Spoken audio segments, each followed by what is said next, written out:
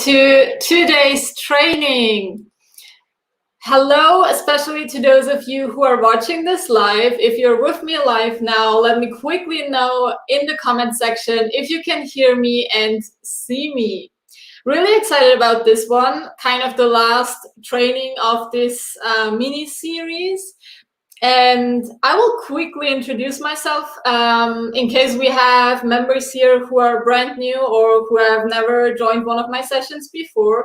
Also, let me know in the comment section if this is the very first time you're joining us or if you have already seen other live trainings with me before. But quick intro, so my name is Sinem. I'm the founder of the Medium Writing Academy Facebook group and the Medium Writing Academy.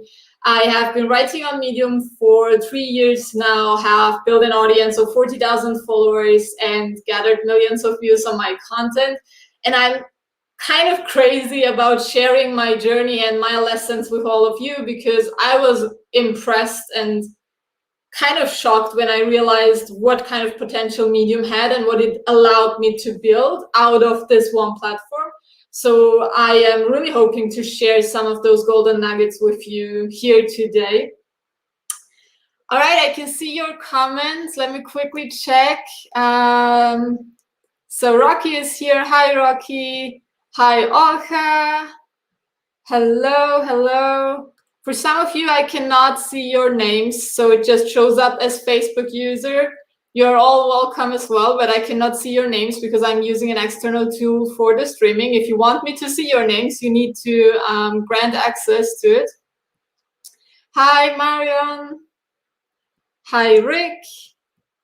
Hi, Rohi. All right, amazing. So let me quickly put my slides up here because we're going to discuss some pretty epic things today. So we're going to talk about the 3 things I would do if I had to start from scratch on Medium right now in 2021. So this is important to point out here because a lot of the advice you will see about how to grow on Medium is not really relevant because a lot of the people who are sharing the advice have been on Medium for, what is it now, 7 years, 8 years since the platform basically opened up for writers across the board. So if you are looking for advice on how to start and how to grow, you really need to pay attention to A, who is sharing the advice, B, when did they start their journey on Medium, how did they grow, because obviously growing your audience when you started back in 2014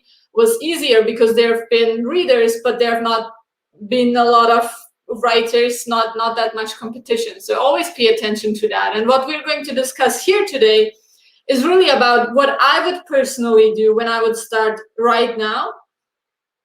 If you've been following me for a while, you know that my approach is kind of different. I've always been more of an entrepreneur and digital business owner than a typical writer. I love writing. I love the opportunities that I had thanks to Medium.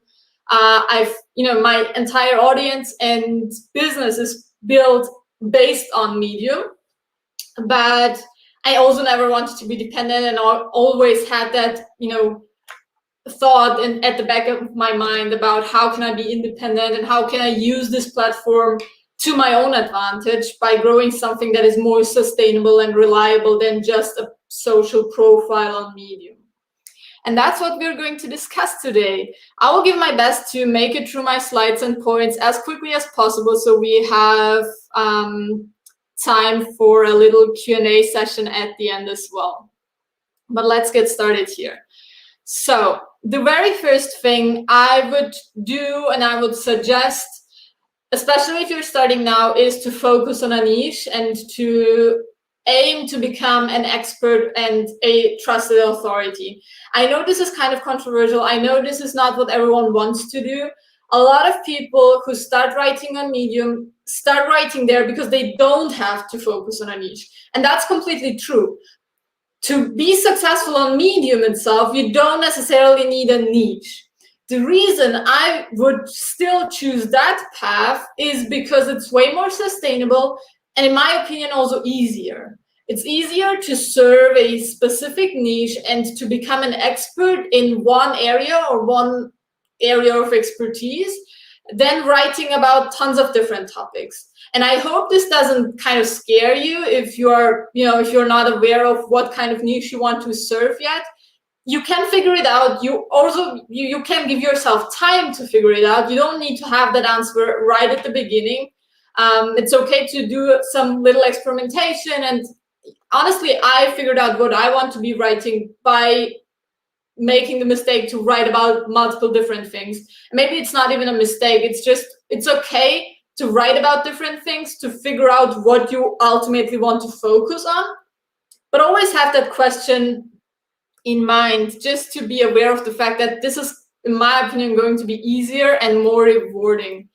The reasons are actually quite diverse. So first of all, if you are focusing on a niche and always writing content that is kind of, related to each other, you're building trust. People will trust you if you're writing about the same topic, because they will understand and they will recognize your name, and they will trust you as an expert or as somebody who has some sort of expertise or knowledge or personal experience in that specific area. That's going to make it easier for you to get people to your content over and over again, because just think about it that way. If you see a post, or for example, let's make it personal. If I would see a post of someone who is talking about building an online business, I would look at the name, I personally, because I know the writers community, I know who is writing a lot on Medium, and if somebody wants me to click, they will need to convince me with their own personal results.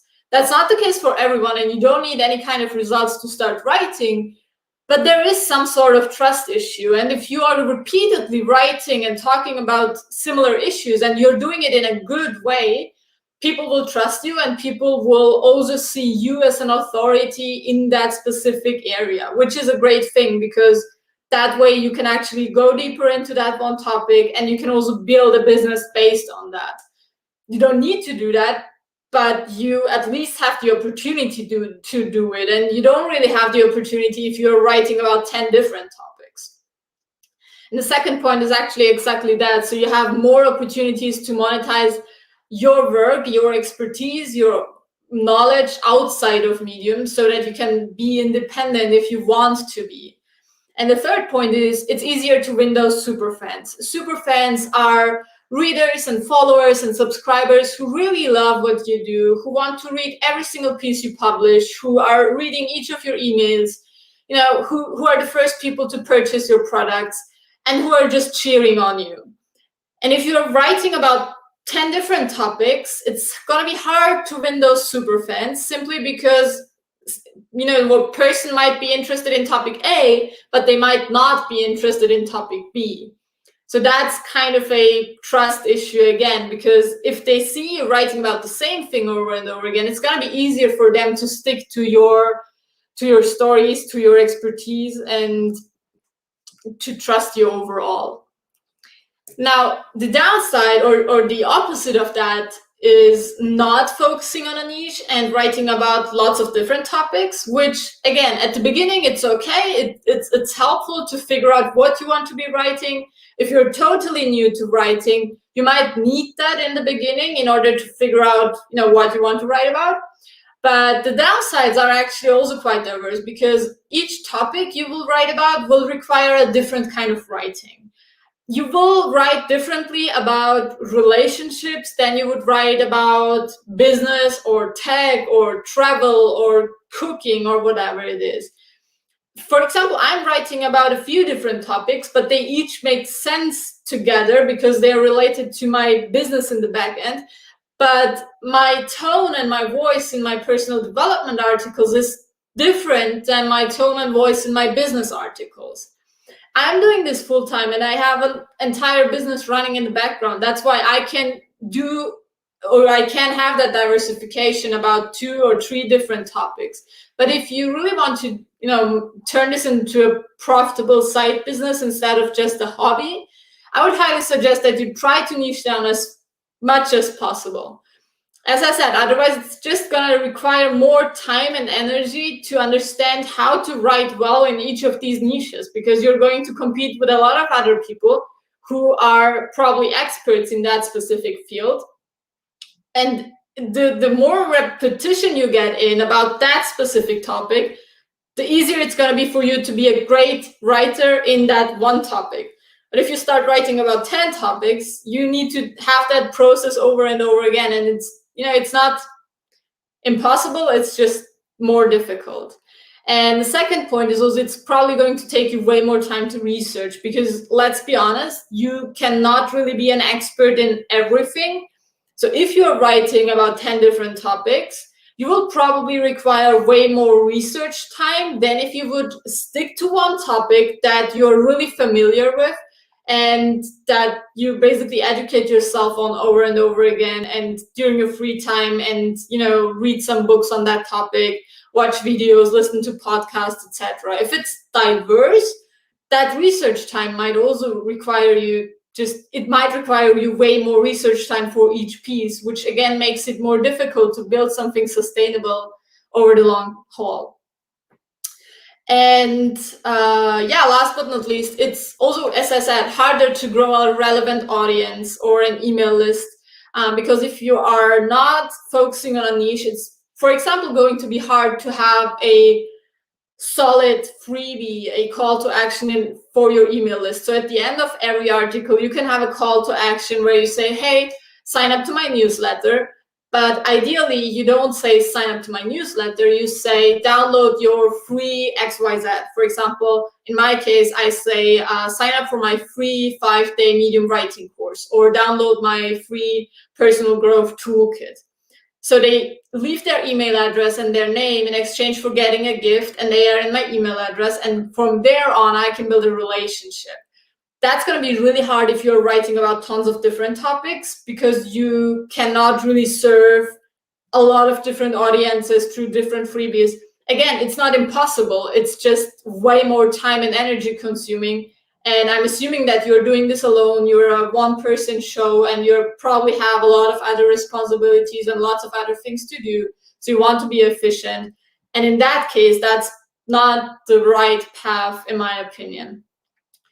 The only exception is if you don't want to build your own audience and your own brands and products, but you want to be a freelance or a ghostwriter when you're talking about being independent and scaling beyond Medium.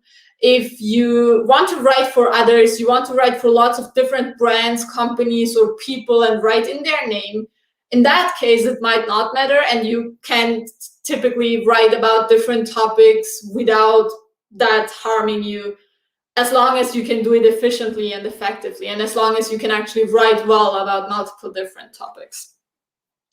All right, let me quickly check the comments.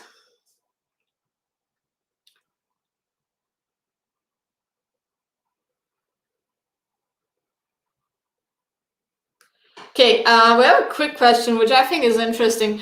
So Olga said, what is hard with a niche is when a particular publication dies, like P.S. I Love You or The Ascent. That should never impact you. Like, one specific publication, especially if it's not your own publication, should not have an impact on your niche. Overall, Medium should not have an impact on your niche. Your niche needs to be defined by your strengths, your interests, and by whether you have something valuable to share and teach in your articles. So that's the most important thing. In that specific case, P.S. I Love You or The Ascent, these are both publications that are not, like, there are multiple other publications that are serving the same topic. So that should never be a reason to pick or leave a specific niche, because in that case, you're just making it more, you are making yourself more dependent on Medium and on a publication, which is the last thing you want to do. You want to be that sure that you want to serve this niche, you want to serve the people in this niche, because you are so passionate about the topic. You really need to pick a niche, or even if it's multiple niches, they need to mean something to you. You need to be passionate about them. You need to know why you want to write about these niches and what your message is. Otherwise, it's really going to be hard to stick to it in the long term. Okay. One more question. So, or two questions. We had, what if we pick 2 to 3 niches? It's exactly what I said. So you can do it, but in the long term, it's just going to be more difficult, especially if you want to monetize outside of Medium and build an email list and be independent. Because if you have 2 to 3 niches that are not related to each other, what's your call to action going to be? What do you want to be known for? What kind of products could you possibly offer? That's just going to be a little more complicated. But if you just want to stay on Medium and just want to write, it's okay. It's just, my recommendation, or what I'm really passionate about, is turning your writing into a proper online business so you can be completely detached from the platform and be independent. Okay, and one more related question is, my niche topics are tech, finance, and personal development. Now, my question is, if I want to continue writing in those 3 areas, I should create 3 different Medium profiles. No, please don't do that. I think that's even worse, because it's going to be way harder to grow 3 different profiles than it is to grow 1 profile. If you really want to write about those topics and you don't want to pick a niche, do it with 1 profile. That's better. Especially like if you want to turn one of those topics into an online business and be an expert and be known for it, you can think about that later. But don't create 3 different profiles for the different topics. That's just going to be super hard. It's not efficient. It's not effective. You're going to struggle because you are probably not going to be able to create a lot of content on each of these profiles. In that case, I would recommend staying with 1 profile and writing about the 3 different topics in 1 profile. Okay. All right, let's move on here to the second point, which is also really underrated. And I really thought about this a lot. And I asked myself, okay, what are the 3 most common mistakes I'm seeing? What are some of the things I would do differently? And I'm reflecting on my journey a lot, because I'm trying to understand what I did wrong and what others can do better. The problem is, I have written on Medium for 1.5 years before I saw good results. I have published 150 articles without really making money on the platform, because I had no idea how to do it. And I was doing everything wrong that you could possibly do wrong. And one of the things when I'm looking back is that I would focus on understanding the basics. And I will tell what I mean by that in a second, but that's really one of the things a lot of people don't do. I see so much advice and so many weird strategies and tactics about how to drive traffic to your articles, and about doing SEO, and about, I don't know, all sorts of weird things, and people creating custom images and doing weird things on their profiles because they want to stand out, or trying growth tactics, etc. Totally wrong approach. If I would start from scratch now, I would probably, I would spend a few months, depending on how much time you have, weeks or months, on understanding the basics. Let me quickly share what I mean by that. So I have looked up my earnings report from my first year on Medium. It was my second year on Medium, right? Yeah. And that's basically how much I made back then. So I realized that's actually wrong. So I have July here and August here, but it doesn't matter. It's pretty much the same. So I made $14 in July and $24 in August. So it's still not a ton. And I have been writing consistently. I have not been writing well, and I had no idea what I was doing. And all these articles are actually still on my profile. So if you scroll back to the bottom of my profile, it's probably going to take long, but you would find my first articles, and I'm probably never going to delete them because they are horrible. And if I made it, I don't know a single reason why nobody else or anybody else could not make this or create the same results. So that was back in 2019. A year later, that's what I experienced, my first 5-figure month on Medium. Let me quickly check. So yeah, these are the correct images.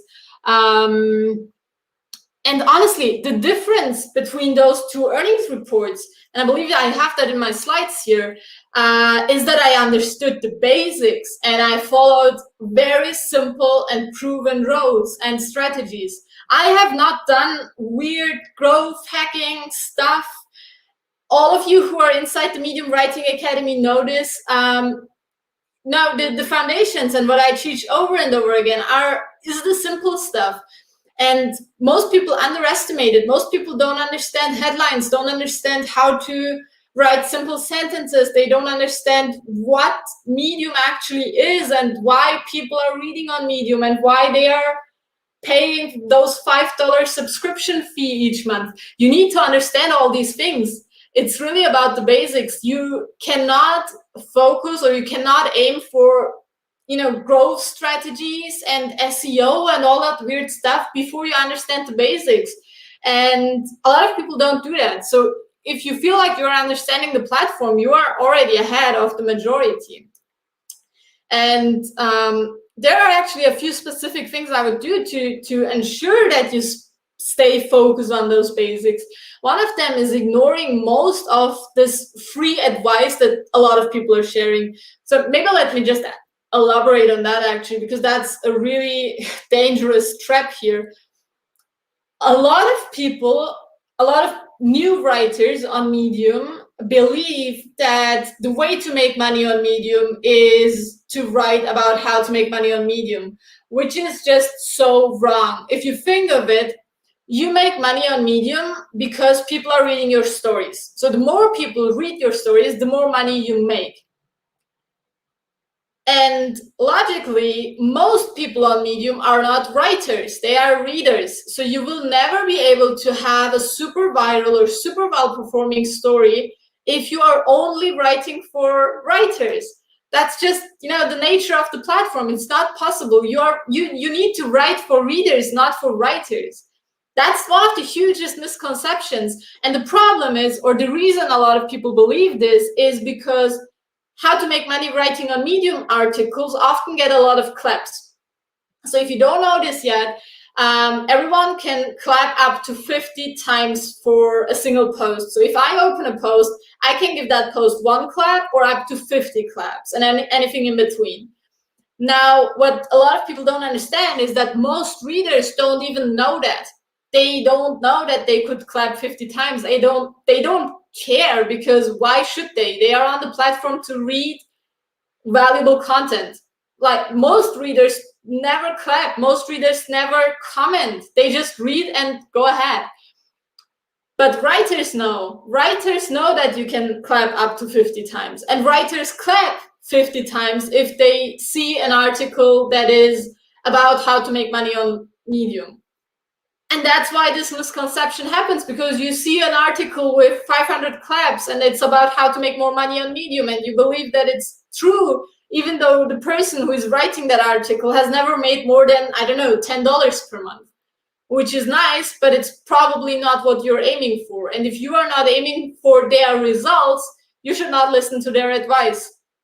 That's actually point 2. So whenever you are reading an article that's about how to succeed on Medium or how to make money online, or watching YouTube videos or watching live streams like this one, ask yourself who the author is and which results she created for herself.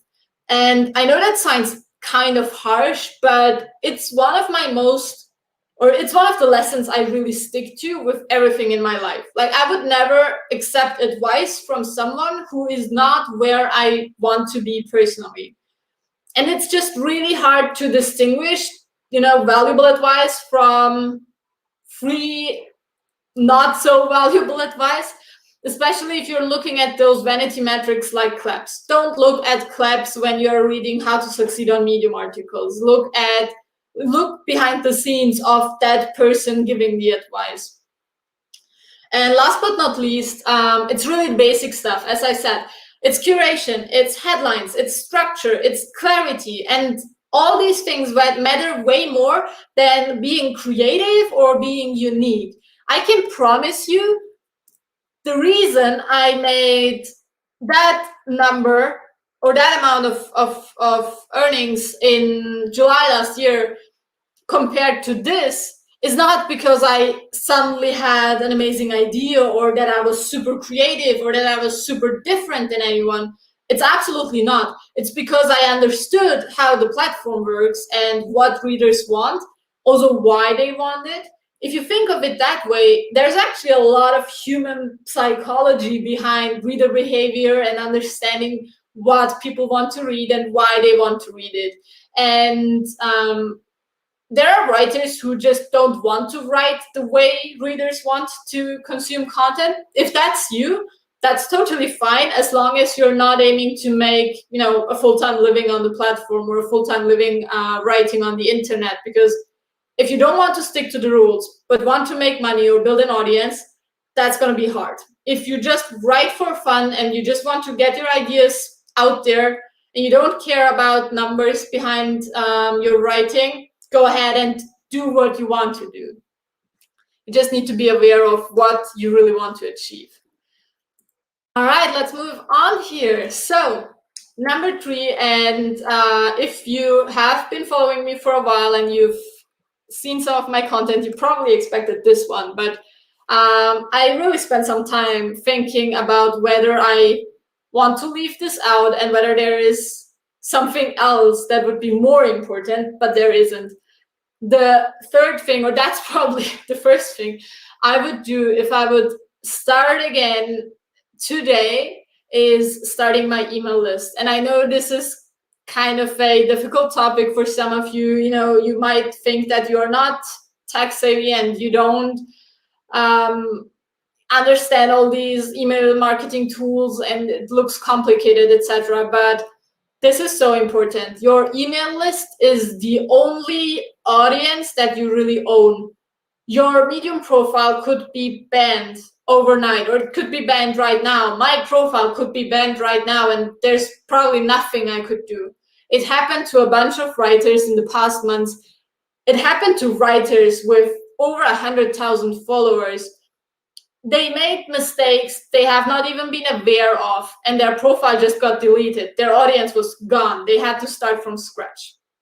This can happen on any platform. There's nothing you can do about it, but you can build your email list. And if you have an email list, you have independence, you have freedom, and you have clarity, and you just, you don't have that fear and anxiety, because wherever you would go, you could take your audience with you. And of course it takes effort, of course it takes time to set it up, and of course you need to write emails that people will want to read, but it's so worth it. And it's seriously the most important thing you can do if you want to do this long term, especially if you're thinking of doing this full time or turning it into an online business that's really yours and that's not just based on a platform. All right. I am seeing a few questions here. I will get back to the questions in a few minutes when I'm done with the slides, because I will probably answer them in the slides anyway. But stick with me and we'll get back to the questions in the Q&A session. All right, so email list. The most underrated thing is really an email list, because if you understand how to use an email list and you have a decent size of subscribers, you can literally print money. And I know this sounds too good to be true, but it's not, it's not a weird making money technique. It's about the relationship. If you have the right kinds of subscribers in your list, for example, if you know what kind of niche you're serving and you're attracting the right audience to your list, and you know what this audience member or these audience members are thinking, what their fears are, what their aspirations are, what they desire, and what their problems are. Now, if you know all these details, you will be able to create products or services or enter collaborations that will be valuable to your audience. And if you combine that with regular newsletters and a consistent newsletter that builds trust, that helps them to understand who you are, what you're doing, and why you're doing it, the moment you have an idea for a product, you can validate it within a few days, sometimes even hours. You can test if they are willing to pay you for the potential product, service, collaboration, whatever it is. Affiliate marketing is a strong one in this case. You can test your idea and you can send them an email and immediately make money through the email list. That's something you cannot really do on a platform outside. Sometimes you can, like you could, for example, sell on Instagram, but you cannot really sell on Medium. That's why an email list is so important, and what I highly encourage everyone to start one, actually, especially if you're writing nonfiction and you're sharing knowledge-related content. So you are writing educational content that is teaching something. All right. Quick recommendation, and that's probably something you heard from me over and over again, but one of the main questions I receive when it comes to an email list is which tools to use. My favorite is ConvertKit. I have worked with a bunch of email marketing tools, Substack, MailChimp, etc., and I really love ConvertKit. I will share a link in the comments now in case you want to have a look. You can get started for free with ConvertKit if you want to do that. So that's also very cool. When I started, there was no free option. Now you can start for free. And if you click on my link, you will actually have this page where it asks you if you already have an email list and want to move to ConvertKit, or if you're starting from scratch. And if you're starting from scratch, it will guide you step by step and tell you what to do and how to set up your email list. It's my favorite tool. I love it. I pay a ton of money to this tool every month because I have quite a big email list at this point with 30,000 subscribers. So it's getting costly at a point. But it's amazing. Like, the user experience is amazing. You can do great stuff. And I would suggest that you start with this one. However, if you want to keep it simple, then I would go with Substack. Substack is even easier to set up, and it's especially useful if you're not aiming to sell products or services at the beginning. You can start with Substack and you can probably set up your newsletter within an hour, even if you have never seen the platform before, because it's so easy and intuitive. And you can really, send your first email newsletter in, 1.5 hours. It's really simple. And once you feel like you need a little more, then you can switch to ConvertKit. So that also works perfectly fine. I did the same for one of my lists. I started on Substack, and once I realized that I need more features, I moved to ConvertKit. So this is for all of you who know that you want to turn this into a serious business. You want to offer products and services. You want to make use of your email list and monetize it. Substack, and I will type it in the comments as well in case you don't know how to write it. Substack is even simpler, even more beginner friendly, and the better choice if you don't have a lot of time and you just want to get your feet wet and get started. All right. Bonus point. I realized that there's one more thing that I actually really want to share, and that I have probably intuitively done this correctly right from the beginning. But if you're new to Medium, or if you've been writing for a while, it doesn't matter actually. The main thing I want you to keep in mind is to always remind yourself of the bigger picture. And I feel like a lot of writers, beginning and old writers, are really getting lost. And they're getting lost in platform updates and curation and algorithm and Medium Writers Challenge and all that weird stuff that's popping up now. Keep the bigger picture in mind. Always remind yourself of the bigger picture. And here's what I mean by that.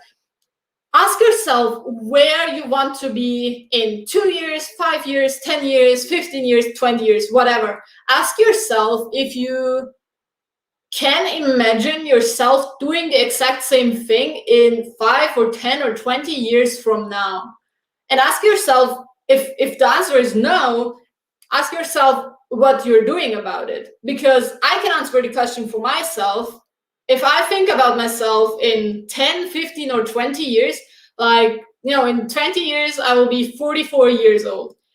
I don't want to be writing blog posts for Medium when I'm 44, or when I'm in 20 years. It doesn't matter what age you are, but 10 or 15, 20 years, I don't want to be writing blog posts, or I don't want to stress myself about writing blog posts. I will probably do it because I love writing and I really love sharing insights and my journey and my lessons, but I don't want to be dependent on it. I don't want this to be something I have to do.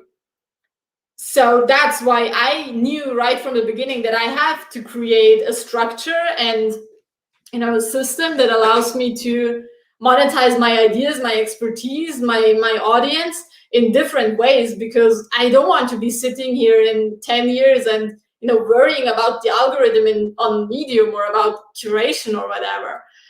Who knows if Medium is going to exist in 10 years? That's a totally different question. But even if it exists and it keeps growing and keeps being awesome, I never want to have that pressure of being dependent or being bound to that platform. Then the second question is, what do you want to be doing and how do you want to be living? And is your current environment, your current lifestyle supporting that? And if you are new on Medium or if you're new to the world of online business, it's totally normal that you don't know the answers yet, or that you need to do things differently right now than you want to do it in the future. And when I started publishing my first posts, I have been in a full-time internship and I was studying and I had a side hustle already. So I was working a lot, and at that time it was totally okay because I was really passionate about it. But when I think of the future, I don't want to be working my ass off, and I still want to be able to afford the lifestyle that I desire. And I know it's possible because of all the opportunities we have on the internet, and because I know how to monetize my audience and my ideas outside of platforms by creating and offering my own product services and by collaborating with brands or other content creators.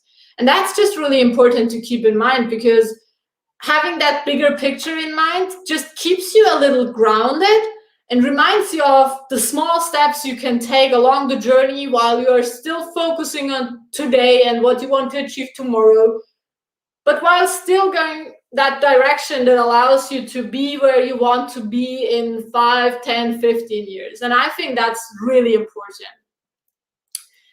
All right, one last point before we move on to the Q&A session. So I know a lot of people don't want to hear this, but I am really convinced that you can still grow and thrive on Medium in 2021.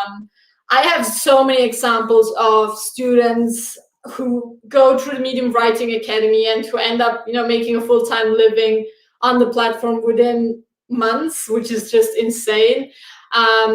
And I'm seeing those results over and over again. You can see people succeeding in massive ways inside our group. Just scroll through the group and you will be inspired by other people's success all the time. The problem is that most people fail because they have no idea what they're doing and they don't really want to make an effort to figure it out.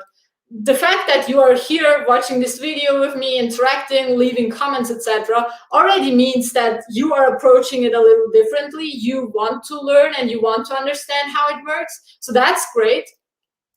But it's also really important, because if you're doing this and you want to make a full-time income or a significant amount of money and want to be, don't just see it as a hobby, but you want to be rewarded for your efforts, I would also make sure to diversify my efforts as soon as possible to become independent. This is not necessary if you're just doing it for fun, and if you just want to write and you've always wanted to write and now you've found a place to share your writing and you're super happy about that, that's fine, and you don't need to diversify or think about all these things. But if it matters monetarily, and if you want this to be your full-time thing, and you want, you know that you can have more than just the writing and then just one source of income through Medium, make sure to get started with the diversification as soon as possible. You will never regret starting early with your email list and with everything that follows along the journey. And last but not least, Medium is a great place. There's probably no other platform out there right now, or no other that I know, that allows you to grow a relevant audience so quickly. And by relevant, I mean that a reader is really valuable. Just think of, an Instagram post or a TikTok video. on these platforms, people spend seconds on the piece of content. Like they're swiping through videos or images really quickly. They might give you a like, they might follow you, but the relationship is not the same as a reader on Medium. On Medium, if somebody is reading your article, they are spending a lot of time with you, with your thoughts, and with your content. That's a really valuable relationship. And I don't know any other platform that's allowing to do that in that extent, and that is rewarding you monetarily for it, because everywhere else you don't get paid for the content you create. You might get the email subscribers, but you don't get the Medium Partner Program earnings. It is an incredible opportunity. It still works. There are a ton of examples, so make use of it.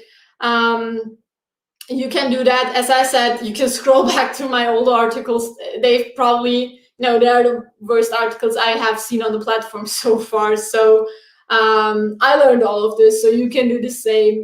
Don't get discouraged and keep going. It's an amazing opportunity. The fact that you are here shows that you are interested in growing your audience and your income, and you can totally do that. I don't know a single reason why it shouldn't be possible for you too. All right, let's move to the Q&A session. I have already seen a bunch of comments, and I am really excited to answer them. All right. Ta-dum.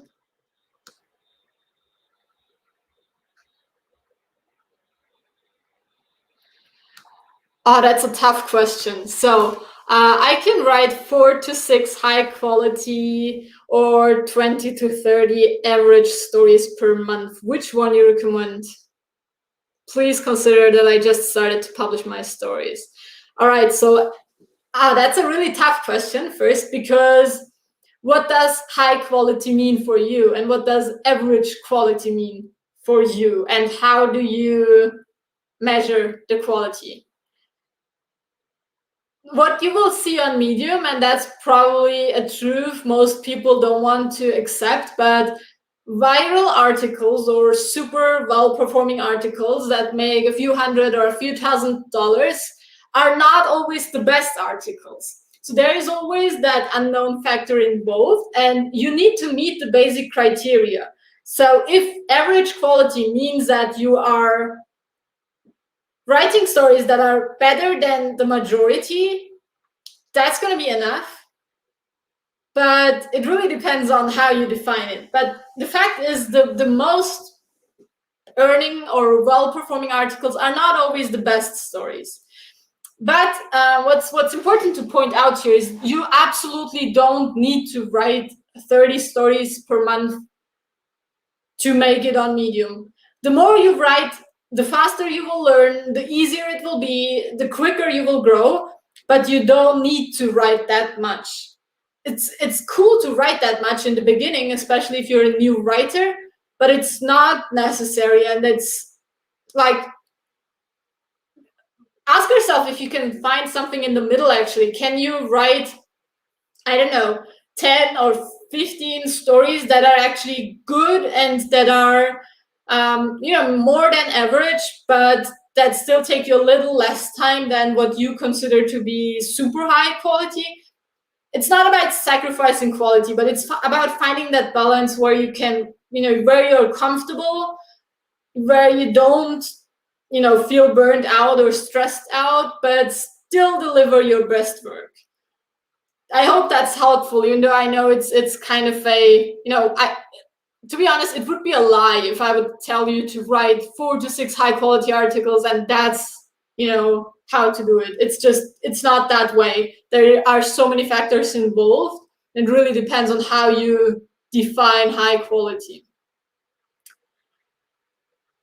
All right, email list question. I love that.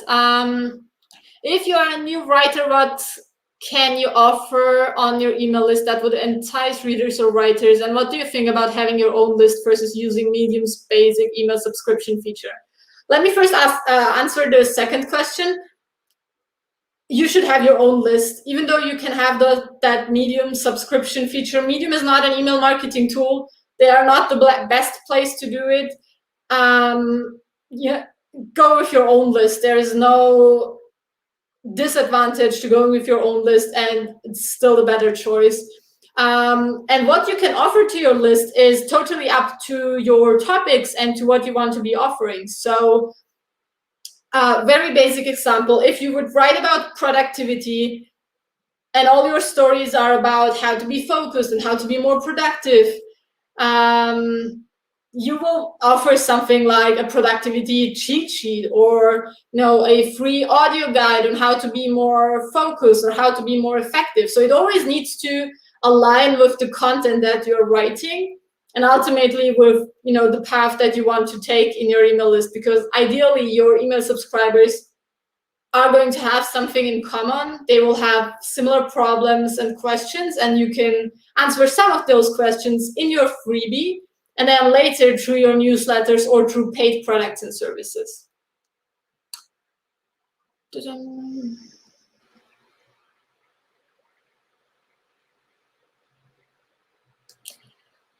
All right, I cannot see your name, unfortunately, but somebody says, I have only posted 22 pieces on Medium, mostly short form, but since I joined the MBA, my longer articles have been chosen for future distribution, and I now know how to find the right text and the formats.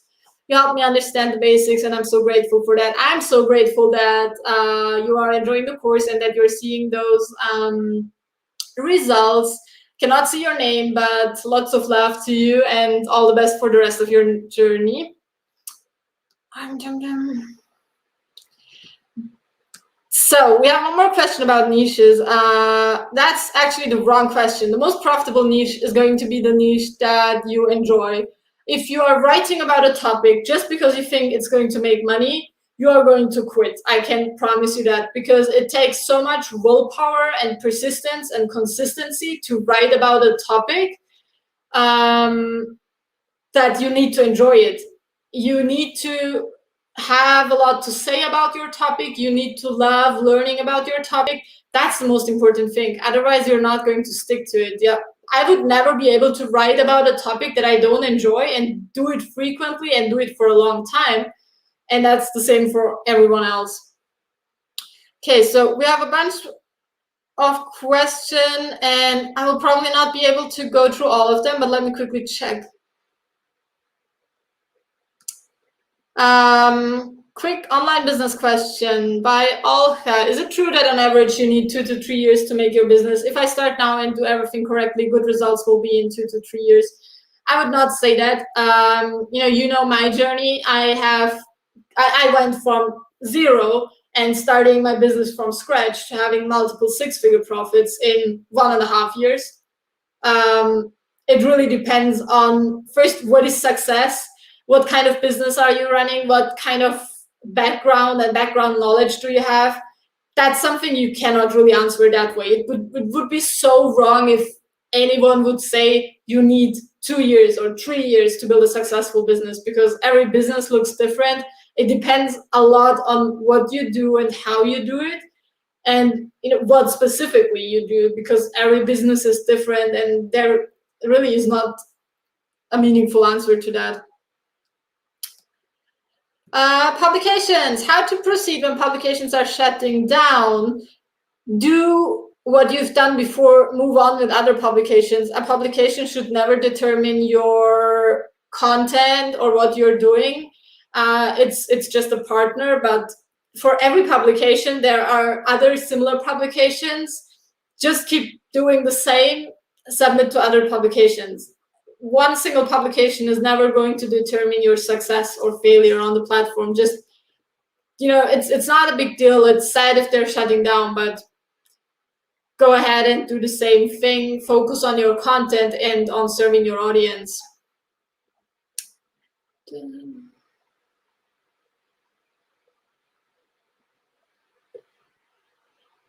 Interesting question here. I've seen so many fail to make an income on Quora, Newsbreak, etc. despite investing a lot of time and effort. Is freelancing with specific clients the best way to diversify right now? In my opinion, the best way to diversify is creating your own brand and offering products and services which means building an online business based on your content. It is the best way because it gives you the most amount of freedom and independence. When you create your own products, nobody can tell you what to do and how to do it. You just need to understand how to do it correctly, but nobody can tell you what to do and how to do it. Nobody can interfere with your schedule, and that's why I love it so much.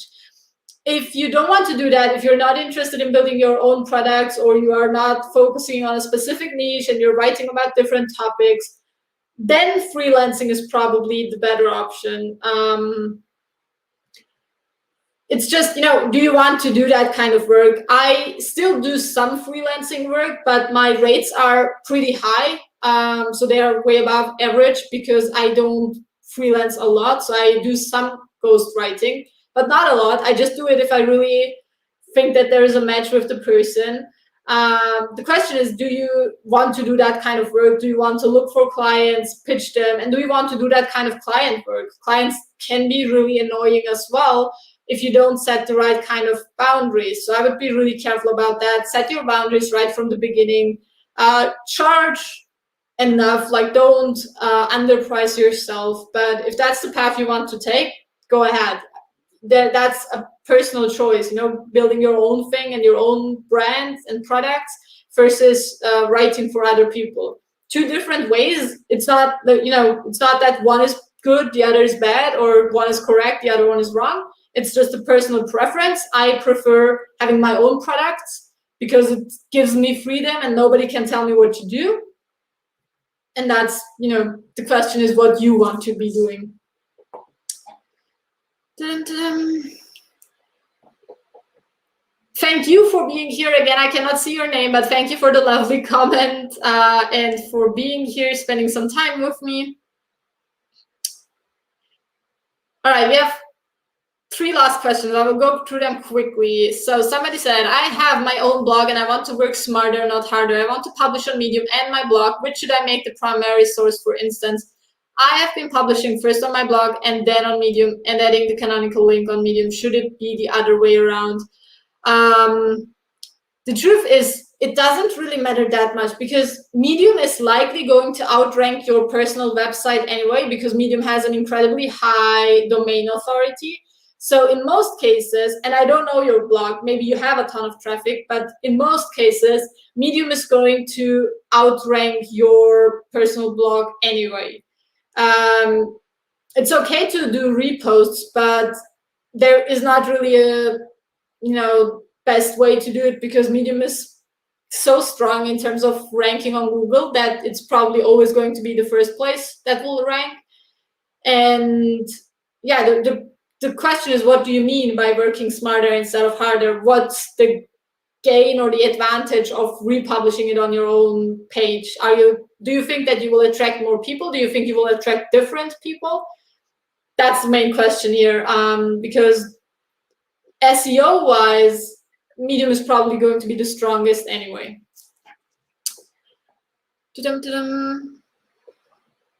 Oh, great question. My native language is Azeri, I think that's how you spell it, and Persian, so probably I will never be able to write like a native English speaker. What are your thoughts on this matter? Sorry if I pronounced it wrong. My thoughts are that you can 100% do it. My native language is Turkish. So I grew up speaking Turkish and German. And as I said, my first articles were horrible, but you can learn it. And, now I'm kind of dominating the platform and I'm one of the most, earning and most read writers on the platform without being a native speaker. There are a few other examples who are doing really great without being a native speaker. You can learn it, absolutely. What helped me a lot is using Grammarly. I know a lot of native speakers don't like it. For me, it was really helpful, especially the pro version, because it teaches you a lot. And it just takes a little practice. But the most important thing is keep your writing simple. And that's actually a strength that you have if you're a non-native speaker, because native speakers tend to make more complicated sentences because they have a broader vocabulary, they have, they can use the language in a different way. But if you're a non-native, you are kind of forced to use simple structures in order to communicate your ideas. And that's the best you can do for your readers, actually. So if you read my stories, they are super simple. Most cases, my sentences are simple, my paragraphs are simple. And that's my main strength, I would say. So if you really want to do it, that's not going to hold you back. Seriously, as you can see, I'm not a native speaker, and I had the same struggles. In the beginning, my articles were horrible. Now they are good because I practiced a lot, and you can do the same thing. It might actually be easier than you think. Last question. How to promote my writing on Medium and off Medium on other platforms like Pinterest, Quora, etc. Is it a good practice? The short answer is don't do it because it's not effective and efficient. It's not going to affect your earnings on Medium. And if you don't have a following on those platforms, it's a totally different game. You need to understand Pinterest. You need to understand Quora. It's a totally different platform. If you don't already have a huge audience there, it's going to be a waste of time. I can promise you that. The successful writers on Medium, none of them is really promoting their articles. It's all the internal traffic, and it's understanding how the platform works internally. So focus on your writing, focus on understanding the platform, the dynamics, the mechanics, and understanding what readers want. If you do that, you don't need to look for other ways to promote it outside of the platform. Yeah, that's the answer to that question. All right, we're done with the questions. I am so happy that you joined me. Thank you for being here. Thank you if you watch this live. If you're watching the replay, or if you watch the replay, let us know in the comments. If there are any other questions, let me know in the comments as well. I will be checking them in the next few days. And yeah, I hope this was helpful. I hope this inspired you to keep going, to use this opportunity. Building your own thing, growing your own audience, your business, your writing career has probably never been easier. And I really hope that you had some great insights here that will help you to keep sticking to that journey and doing what you love doing, which is hopefully sharing your ideas and thoughts with the world. I will share an invite to a very special live training in just a few days, probably even tomorrow. So if you're part of my email list, make sure to have a look at your inbox. If you're not part of it, make sure to subscribe. So if you're watching on YouTube, you can find the link down as below the video in the description box, and you will also find it in the Facebook group. And apart from that, I'm wishing you a lovely end of the day or rest of the day, depending on where you are. And I'll see you in one of the next sessions. Bye-bye.